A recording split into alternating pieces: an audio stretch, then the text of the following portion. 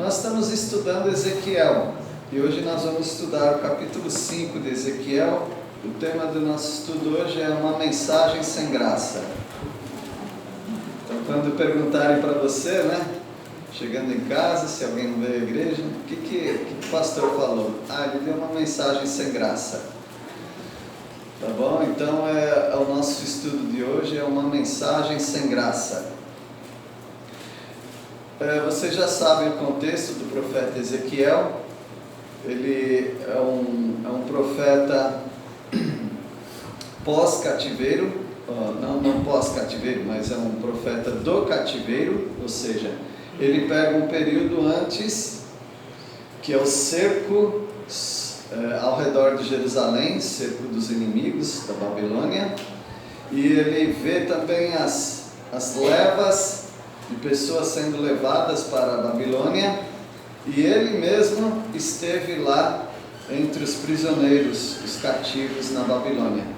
Então ele é um profeta pré-exílio e também durante o exílio.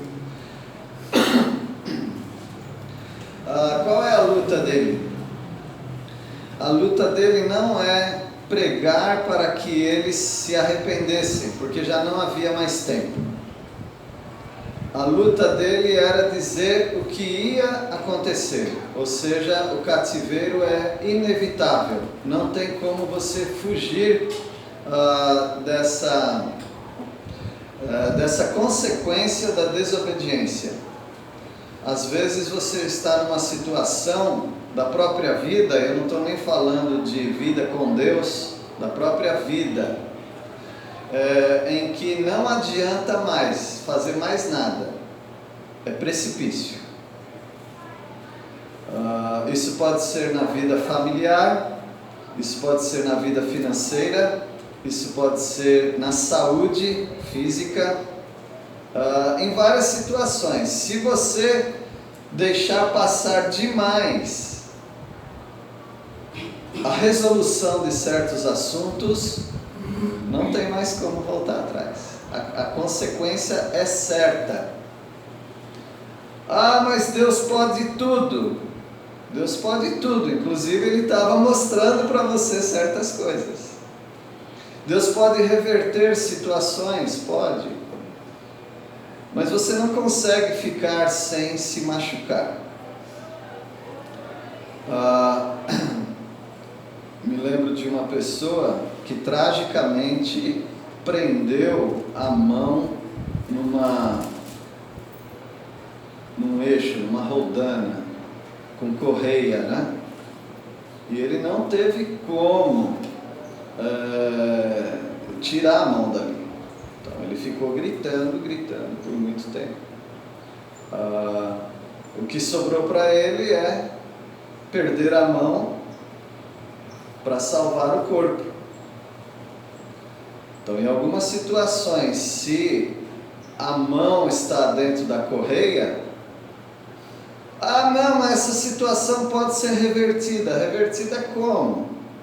Perdendo os dedos, para poder salvar o corpo. É trágico. Mas tem várias coisas trágicas que acontecem na nossa vida que não se resumem a prender a mão numa correia. A vida financeira.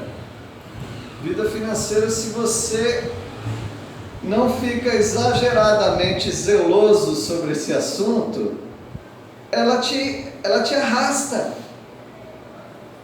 E como é que você volta? Aí você começa com os paliativos,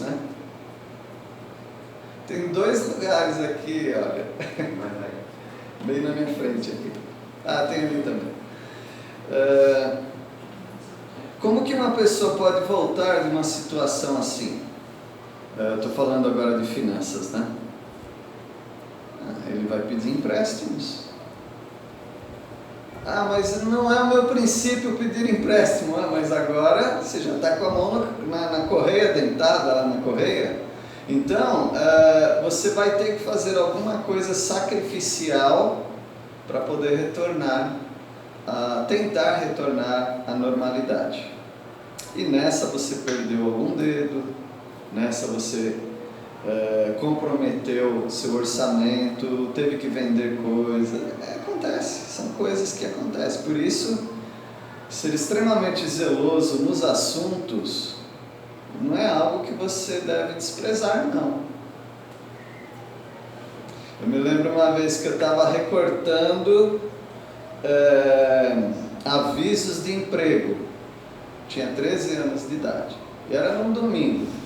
Domingo saía jornal com os classificados. Jornal é um negócio assim de papel. E saía os classificados e ofertas de emprego, assustador a quantidade. Estava lá eu procurando office boy. Aí uma irmã da igreja estava lá, ela falou: mas domingo fazendo isso? Não, domingo é o dia de descansar, divertir, não fica pensando nisso não. Eu falei: mas é no domingo que aparecem as ofertas, para segunda-feira entupir as agências de emprego e de filas, né, para conseguir. E rapidinho eu consegui emprego. Se você não for zeloso de algumas coisas, você não consegue. Então o povo de Judá, pode ser chamado Israel também, mas o povo de Judá chegou num limite que não tem mais como. Você vai para o cativeiro e o melhor que você tem é se render a essa ideia, esse pensamento, essa realidade, e faz o que você tem que fazer nessa situação. Não adianta ficar pensando: mas eu tinha uma casa, fazia churrasco no final de semana, era tão gostoso. Não, aquilo lá acabou. Pensa no que você tem que fazer agora, sobreviver à nova realidade. Os irmãos sabem o que eu estou falando no dia a dia, né? Você tem que se ajustar. Eles arrastaram demais o pecado deles, e agora eles estão sofrendo a consequência. Por isso que o tema aqui é uma mensagem sem graça. Mas sem graça por quê? Quando eu falo uma mensagem sem graça, é uma mensagem sem a graça de Deus. Tá bom? Esse é o trocadilho que eu fiz. É uma mensagem sem a graça de Deus. A graça é o favor que Deus dispensa às pessoas diariamente. Diariamente Ele dispensa graça. Aqui, por causa da rejeição dessa graça diária que eles tinham, Deus está retendo. Deus não está mais despejando bênçãos sobre eles. Mas Deus faz isso muito mais do que você imagina. Deus retém coisas, Deus retém bênçãos, Deus disciplina. E Deus está fazendo isso com o objetivo de, através dessa nova fase, encontrar uma geração futura que dê certo. Então essa é a questão. Às vezes o sujeito já foi, acabou, se arrastou na bebida, nas jogatinas, na imoralidade. Quem sabe a nova geração, os filhos dele, não se comportem como ele. Então Deus estava investindo num povo. Independente se esse povo estava andando com Deus ou não, Deus tinha um pacto com Abraão, Isaque e Jacó. Eu vou conduzir um povo para os meus planos. Se essa geração colocou tudo a perder, eu vou tentar com a próxima geração. É isso que Ele está fazendo. E essa geração contaminada, como diz o outro, estrupiada, essa geração vive com o que tem. Vamos ver se dá para ser um pouquinho feliz depois de todas as bobagens que a gente fez. Então esse é o contexto que nós estamos. E o que você vê nesse contexto? Você vê a rejeição da graça de Deus. rejeitaram a graça. Você vê também a profanação da graça de Deus. Eles profanaram, contaminaram, sujaram o presente de Deus para a vida deles. E se vê aqui também o opróbrio da graça. Opa, agora você falou uma palavra difícil aí. O que é opróbrio? Alguém pode ajudar a gente nessa definição? Opróbrio. Vergonha. E um pouco mais do que vergonha, desgraça. Você falar opróbrio tem a ver com desgraça. Então seria a desgraça da graça. É isso que se vê. Então é uma mensagem sem graça ou não é? Então é tão gostoso o Salmo 23. O Salmo 23 despeja graça sobre os leitores. Agora, Ezequiel 5 é uma mensagem sem graça. Então eu vou ler o Salmo 23. Vamos lá então, viu-se a rejeição da graça. A rejeição da graça custou-lhes a vida. Versículo 1, alguém pode ler? Eu estou em Ezequiel 5, não sei você onde está. Tu, ó filho do homem, toma uma espada afiada, com um navalha de barbeiro, a tomarás e a farás passar pela tua cabeça e pela tua barba. Tomarás uma balança de peso e repartirás os cabelos. Está na moda, né? E aí ele rapa o cabelo, tem aquele tufo de cabelo aqui, com barba também, barba e cabelo. E esse tufo de barba e cabelo, o que ele vai fazer? Então Deus está sempre ensinando, através de dramatizações na vida de Ezequiel, para o povo. Tá bom? Rapou a cabeça e a barba, e o que ele vai fazer com isso? Versículo 2. Uma terça parte queimarás no meio da cidade, quando se cumprirem os dias do seco. Tomarás outra terça parte e a ferirás com uma espada ao redor da cidade, e a outra terça parte espalharás ao vento. Desenvainarei a espada atrás deles. Tá aí. 3 partes. Pega aquilo lá, divide. Uma parte você pega e vai lá no meio da praça da cidade e começa a dar de espada em cima daquele tufo. Isso significa que os invasores vão vir e vão matar terça parte de vocês. A outra parte, a outra terça parte, né? Você leva para fora da cidade.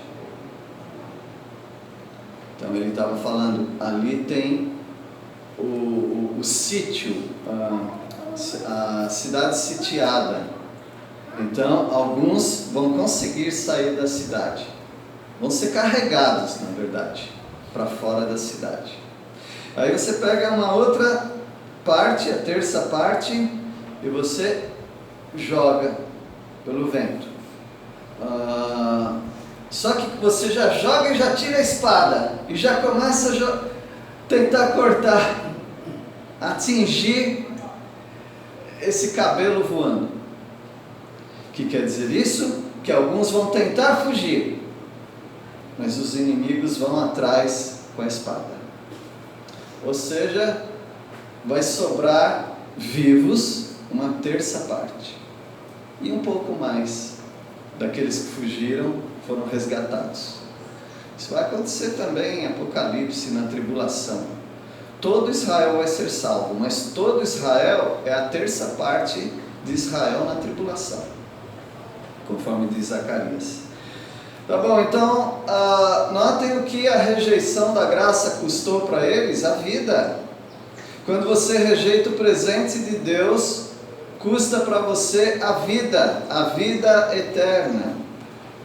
Se estamos falando pela palavra de Deus que Jesus é o único Salvador em quem você deve confiar a sua vida, porque Ele é o único que pode perdoar os seus pecados e te conduzir para a presença dEle após a sua morte. Queria te lembrar disso. Existe morte, Depois da morte tem dois caminhos: inferno ou céu. E nós estamos dizendo pela palavra de Deus: rejeita tudo na sua vida, as suas obras, a confiança nos seus ídolos, ou seja lá o que for, confiança em qualquer coisa ou pessoa, e olhe somente para Jesus que morreu na cruz. Ele é o único que pode te salvar. Fora isso, você está perdido completamente e eternamente. É uma decisão que tem que ser feita hoje. A rejeição da graça custa a vida. A rejeição da graça causou fogo. Versículo 3. Também tomarás dele um pequeno número e atá-lo-ás nas bordas da tua veste. E 4. E ainda destes tomarás alguns e os lançarás no meio do fogo, e os queimarás no fogo, e dali sairá um fogo contra toda a casa de Israel. Era um profeta cabeludo que nem eu. Eu estava pensando nisso, Joãozinho, que esse é um profeta cabeludo e barbudo. Então, desse tufo todo, ele separou em 3 partes, né? Então, da parte que a gente está animado, que é a terceira parte, que vai ser salva, ele falou: pega um pedacinho aí, um pouquinho desse tufo aí, porque não fala quanto, da terça parte, você pega um pouco e coloca aí na sua roupa, acha uns buracos aí, uns bolsos, costura, faz alguma coisa, mas prende isso aí na sua túnica. Por que Deus está falando isso daí? Já a gente fala. E a outra parte dessa terça parte, que foi a salva, você joga no fogo. Ou seja, então tem mais gente morrendo. Então da terça parte, que seria a sobrevivente, só um pouquinho foi. Ou seja, na Bíblia isso é chamado de remanescente. Remanescente. Dentre o povo de Deus, de Israel, quase todo mundo se perdeu, mas sempre sobrava um remanescente. Remanescente é um resto de pessoas. E depois eles começavam a crescer de novo. Mas veja que o Senhor Jesus disse que há 2 caminhos, ele não fala? Há um caminho largo, parece que gostoso de andar. Muitos andam por ele. Nesse caminho você pode encontrar prazeres deste mundo. Nesse caminho largo tudo tem a ver com este mundo. Mas Jesus falou que tem um caminho que é chamado de caminho estreito. Poucos conseguem lograr, ou seja, poucos conseguem sucesso de entrar nesse caminho. É um caminho difícil, não é fácil. Ele é apertado em vários sentidos, mas esse é o caminho que conduz à vida eterna. Então você tem que fazer uma decisão. Uma terça parte daquele tufo lá de cabelo e barba levou uma espada. Outra terça parte foi pelo vento. E da outra terça parte que sobrou, um tanto foi queimado também, morreram. Sobrou só a parte segura, a parte que está na túnica do profeta, na roupa do profeta. Essa é a parte que Deus protegeu. Essa é uma realidade difícil de engolir. Por isso que ele não era amado, aquele profeta não era amado, porque ele falava as verdades. Eles pagavam profetas para dizer paz, paz. Não haverá cativeiro, não haverá aprisionamento, não haverá tragédia. Curtam a vida. Nós não estamos pagando gente para falar essas coisas para nós. Nós estamos pagando para nós sermos anestesiados. Eu gostava do filme Matrix, tem 2 pílulas lá. vermelha, né, e a azul. Se você ficar em determinada situação, esse é um mundo maravilhoso. Restaurantes, comida boa, tudo bonito. Agora, se você resolvesse tomar, acho que era a pílula vermelha lá, aí se mostrava o mundo tenebroso que eles estavam vivendo. Talvez tenha pessoas que estejam anestesiadas. Mas minha vida está tudo bem, está tudo legal, tem as suas dificuldades e tal, mas eu vou conduzir minha vida por mim mesmo. Você vai se dar mal. Porque é o que a palavra de Deus ensina por toda a Bíblia. Então, essa rejeição da graça, uma mensagem sem graça. Nós vimos aqui, rejeitaram a graça, custou para eles a vida, o fogo, e resultou também em transgressão. Rejeitar a graça de Deus, o resultado é mais pecados na sua vida. Mais distante de Deus você fica. Versículo 5.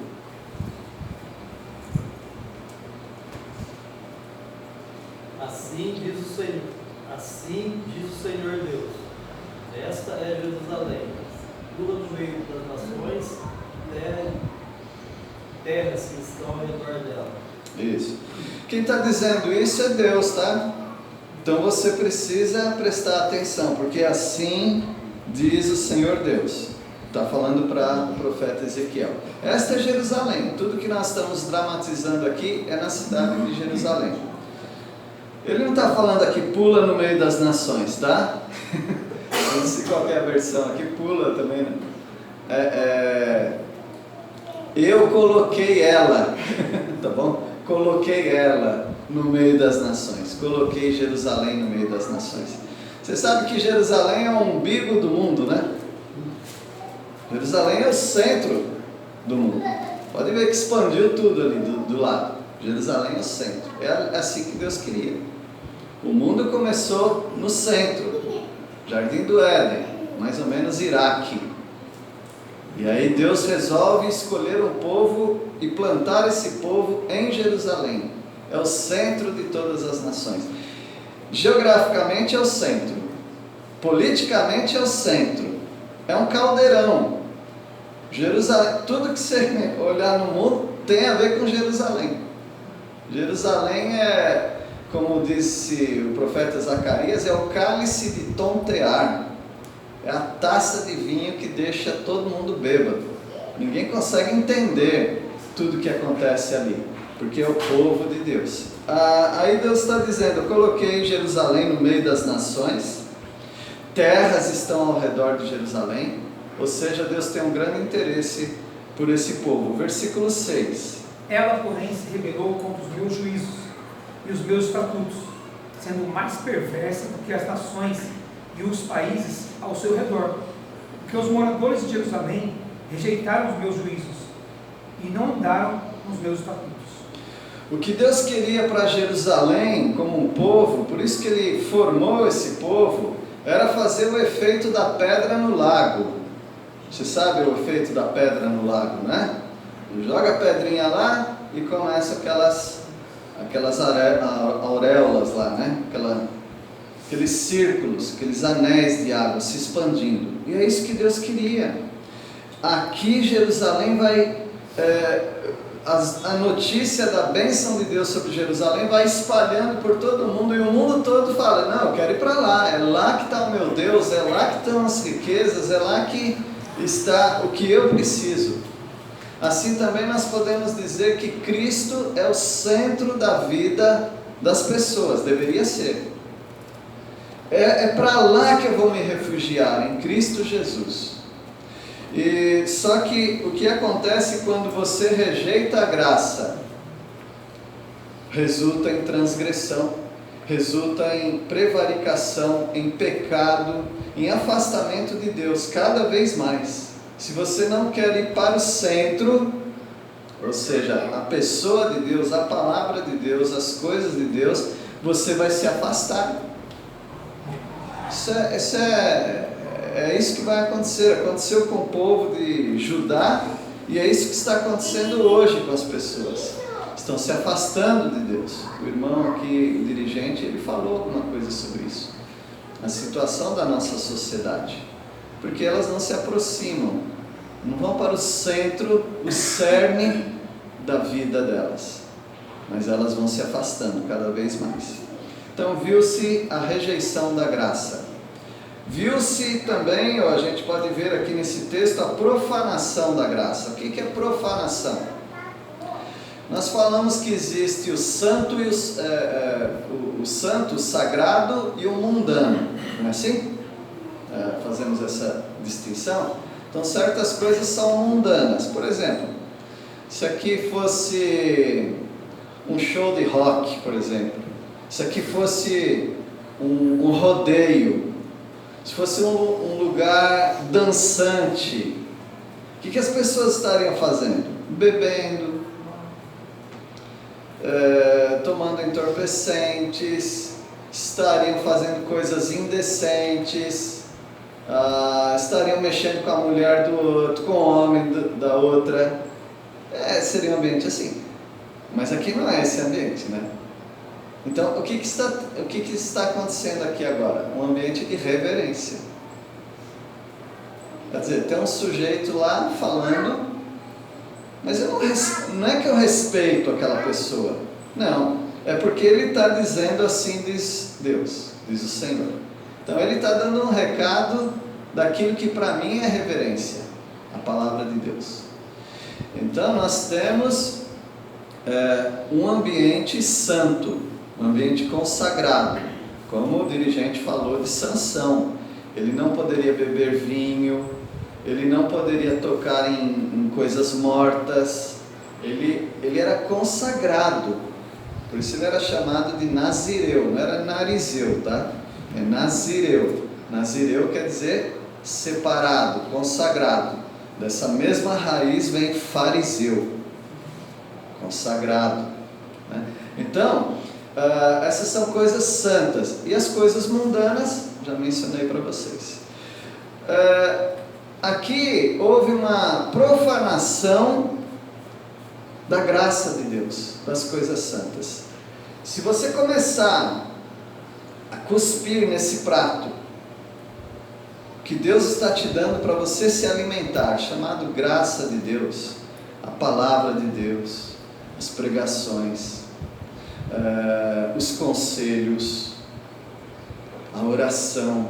Se você começar a desprezar isso, então você está profanando o que é sagrado. E profanar coisas sagradas é um dos pecados mais graves que há na Bíblia. A Bíblia diz, inclusive, quando Saul, ele fez algo que não deveria fazer. Ele se preocupou mais com os sacrifícios, um contexto lá. Deus falou assim, isso é rebeldia. E o pecado de rebeldia para Deus é equivalente a quê? Feitiçaria. Então, meus irmãos e amigos, rejeitar a palavra de Deus é igual ser um feiticeiro, um bruxo, não sei se eu posso falar, um macumbeiro, porque são coisas que fogem, mas fogem muito longe das coisas sagradas de Deus. Então, contra Deus é como ser um satanista, porque você está seguindo o caminho de Satanás. E essa profanação, ela acontece, em primeiro lugar, nos estatutos de Deus. Toda instituição tem um estatuto que você tem que seguir. Você tem que saber como se comportar. E o estatuto seu é a Bíblia. O estatuto de Deus para a humanidade é a Bíblia. Esse é o conceito. Não fique admirado que as leis dos países, de muitos países, né? Os tribunais, eles regem as suas leis na Bíblia. É na Bíblia, especialmente nos 10 mandamentos, que engloba muitas situações da vida das pessoas. Então, rejeitar o estatuto, a Bíblia, é uma profanação. Versículo 7. Por isso, o que o Eterno o Senhor diz é isto: vocês têm sido mais cabeçudos e teimosos que as nações à sua volta, recusando minha direção, ignorando minhas orientações. Vocês se rebaixaram ao nível da sarjeta, estão piores que os outros à sua volta. Falando em profanação, né? Mas gostei, eu falaria isso também, né? Só que me deu uma ideia aí. Vocês são cabeçudos. Vocês estão se baixando ao nível da sarjeta. Muito bom isso aí. É isso mesmo, vocês estão rejeitando a palavra de Deus, ou seja, vocês estão profanando a Bíblia. O Senhor Jesus disse sobre lançar pérolas a quem? Aos porcos. Uma coisa tão preciosa dessa, no meio de vocês, é como se eu estivesse jogando pérolas aos porcos, é um desperdício. Então, meus irmãos, nós estamos diante de uma profanação. Estão profanando coisa sagrada, que é a palavra de Deus. Olha, você não tem direito de falar, eu gosto do Salmo 23, se você rejeita Ezequiel 5. A palavra de Deus é um combo, vem tudo junto, não dá para comprar separadamente. É tudo isso. Então a profanação da graça de Deus também é a profanação do próprio Deus.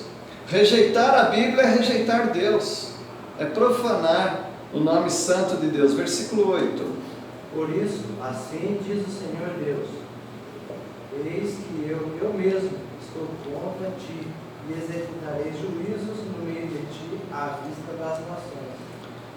Como se Deus falasse: não preciso da Babilônia, não preciso da Síria, não preciso dos outros povos, eu mesmo sou inimigo de vocês. E às vezes nós pensamos: o mundo tem tantos perigos. Tem, mas o maior deles é você rejeitar Deus.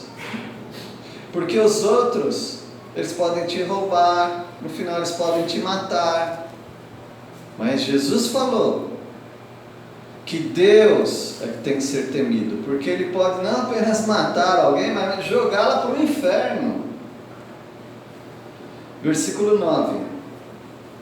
Por causa de todos os seus ídolos detestáveis, farei com você o que nunca fiz, nem jamais voltarei a fazer. Ou seja, eu vou jogar vocês 70 anos num cativeiro. Eu odeio o que vocês fizeram. Vocês encheram a vida de vocês de ídolos. Olha, o nosso país é muito idólatra, gente. A gente não fica nem apercebido disso. Mas nós temos lugares onde pessoas fazem caravanas e mais caravanas para ir naquelas cidades. Para quê? Para adorar ídolos. Deus odeia isso. Como a gente queria falar isso para o Brasil todo. E pessoas estão falando. Mas o pessoal não está nem aí com isso daí. Eles carregam aqui dentro, dá um beijinho, faz algum sinal, passam em frente a uma instituição e rezam, e oram, e pedem, e clamam para ídolos. Eles têm olhos, mas não veem. Têm ouvidos, mas não ouvem. Têm nariz, mas não cheiram. Têm boca, mas não falam.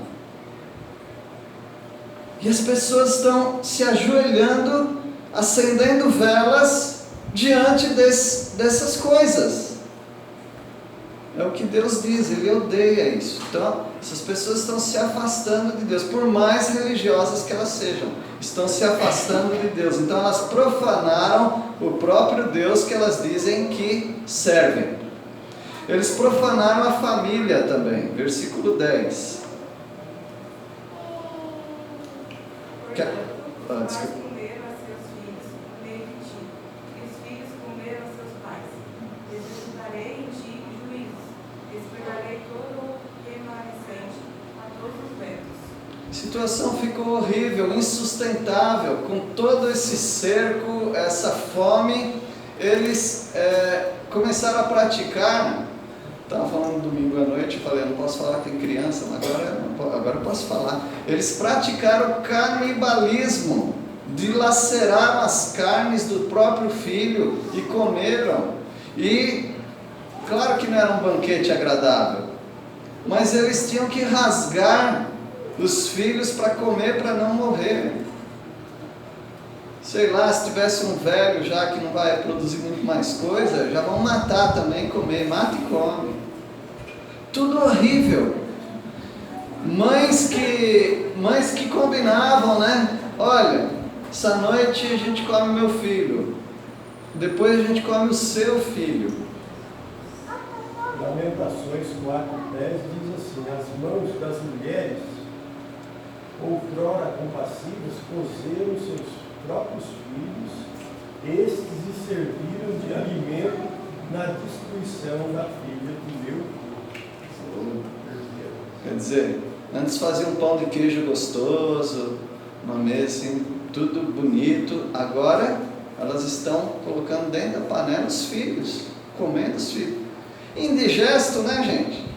Mas se você aceita o Salmo 23 e não aceita Ezequiel 5, você está profanando a palavra de Deus. Deus quer que você ouve, o Senhor é meu pastor, e quer que você ouça isso aqui também.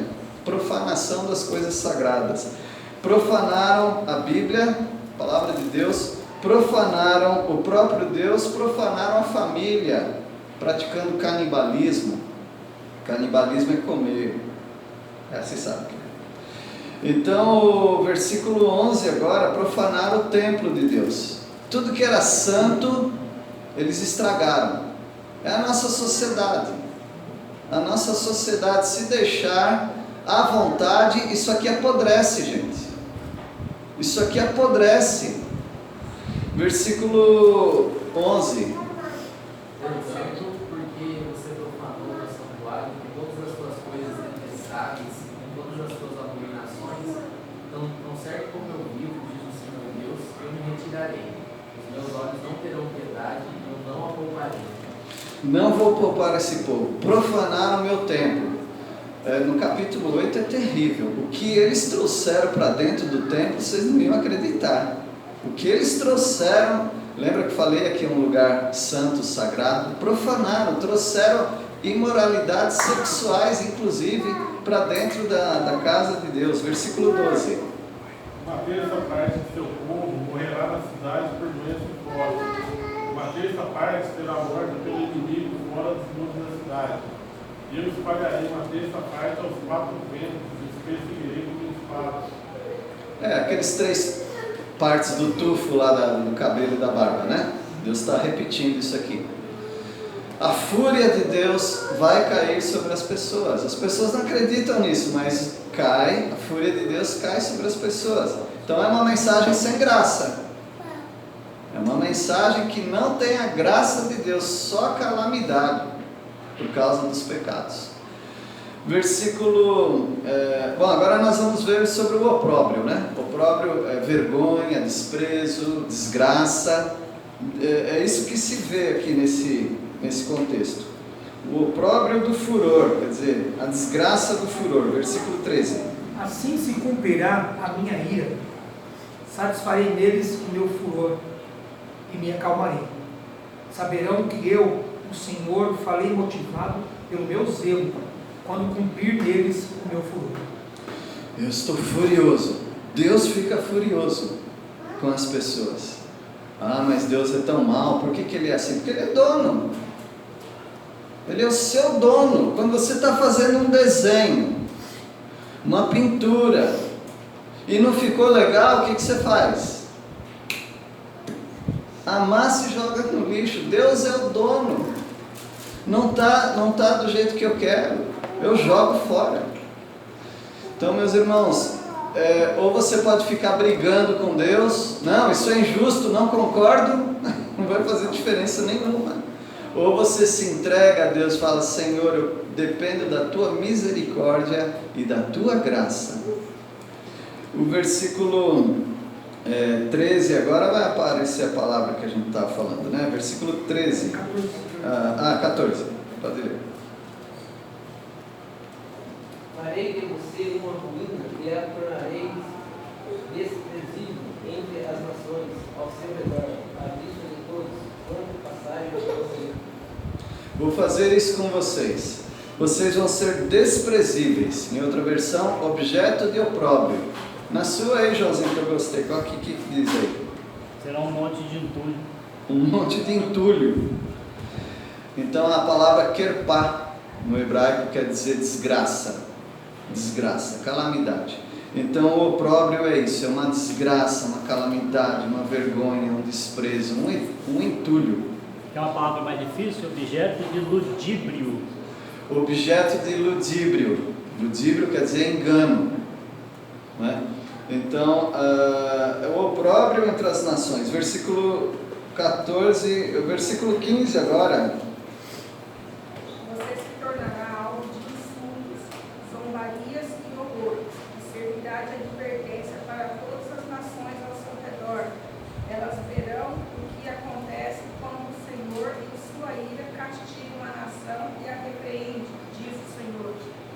Deus não queria chamar um povo, construir um povo para chamar a atenção das nações, pelo bem ou pelo mal. Deus ia abençoar Israel e todo mundo ia ficar com inveja de Israel e ia dizer, eu quero ser igual a esse povo. Como é que eu faço? Primeiro, deixa os ídolos, deixa os seus pecados e venha até o Deus de Israel, verdadeiro. Ó, o mundo todo seria convertido ao Senhor. Mas como Israel pisou na bola, Deus não perde viagem. Deus diz, então, do mesmo jeito vocês vão ser exemplo. As nações vão ver o que Deus faz com aqueles que o rejeitam. Eles vão aprender do mesmo jeito. Deus quer alcançar o mundo inteiro, seja através da mensagem da graça ou da mensagem sem graça. Deus está chamando a atenção de todo mundo. E aqui na minha versão aparece a palavra que o Joãozinho falou, opróbrio e ludíbrio. Ludibriar é enganar. Então, vocês vão ser objetos de engano. Aqui aparece uma outra palavra também, escarmento. Escarmento quer dizer castigo. Vocês vão ser o meu castigo para que as pessoas vejam. Eu vou castigar vocês e todos vão aprender sobre o castigo. Nós temos que aprender sobre isso. Se você ler a Bíblia, eu garanto, se você ler a Bíblia, prestar atenção, mesmo que você não entenda tudo, no final você vai falar, Deus castiga os maus. Sempre vai ser assim. Mas Deus dá graça, presente, salvação para aqueles que se submetem e o buscam. Versículo 16 vai ser o opróbrio da fome também. Versículo 16. Quando eu despedir as malignas flechas da fome contra eles, flechas destruidoras, e eu enviarei para vos destruir, então aumentarei a fome sobre vós e vos tirarei o sustento de pão. Presta bastante atenção nesse versículo, porque tem uma pegadinha aqui. Deus não está falando que Ele vai desferir flechas contra Israel, porque você não bate em cachorro morto, certo? Israel já está liquidado, Israel já está com fome, estão comendo os próprios filhos, Judá está perdida já. Mas Deus fala que Ele vai despedir ou desferir as malignas flechas da fome contra quem? Contra as nações. Ou seja, por causa de vocês eu vou fazer todo mundo passar fome. Aí quando vocês forem pedir esmola, vocês vão pedir esmola para quem? Está todo mundo morrendo de fome? Vocês lembram de José do Egito? A sabedoria que Deus deu para ele foi armazenando nas vacas gordas. Por quê? Quando chegasse o período das vacas magras, o que ele fazia? Distribuía trigo para todo mundo, dava presente, Papai Noel, vendia. E todo mundo chegou até o Egito para comprar. O Egito era o único lugar que tinha trigo. Como é que vocês conseguiram? A gente tem um ótimo administrador aqui. E ele vendia e a nação ficou muito mais poderosa e rica do que era. Então Deus aqui está falando, fez o contrário. Eu vou matar todo mundo de fome em volta. Quer dizer, matar é uma maneira de falar. Vou deixar todo mundo faminto e vocês não têm nem para quem pedir esmola. E vai pedir esmola para o outro que também não tem, né? O pecado fez isso. Aumentarei a fome sobre vós e vos tirarei o sustento de pão. Vocês já não tinham sustento de pão, agora vocês não têm nem como pedir esmola porque os outros também não têm. Ei, me ajuda aí, eu também não tenho nada. É assim? Quando alguém pede alguma coisa para você, eu também não tenho nada. Versículo 17, aqui a gente encerra. O opróbrio das feras e das doenças. Não bastasse tudo isso, Deus manda uns leões encapetados, Deus manda hienas, Deus manda lobos, chacais, despedaçar as pessoas. Daí você está andando na rua, um bicho doido vem te atacar na jugular. Versículo 17. Sim, atirarei a fome e animais ferozes que vos desfilharão. A peste e o sangue passarão pelo meio de ti. Trarei a espada contra ti. Eu, Yahvé, o disse. Yahvé, Jeová, Deus, o Eterno. Então Deus vai dar fome, doenças, e os filhinhos vão ser comidos pelas feras, quando não pelas próprias mães. Falei que era uma mensagem sem graça? E aí?